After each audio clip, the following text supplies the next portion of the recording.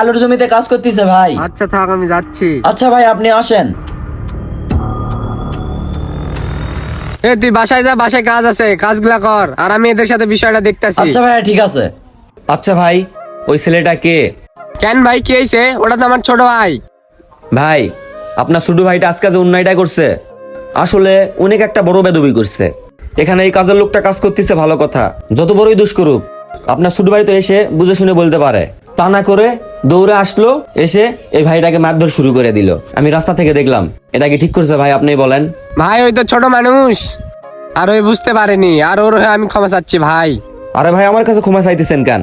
ক্ষমা যদি চাইতেই হয় তাহলে এই ভাইয়ের কাছে ক্ষমা চান, এরে বুঝে শুনে সান্ত্বনা দেন। থাক ভাই, যাও, আবার হয়েছে।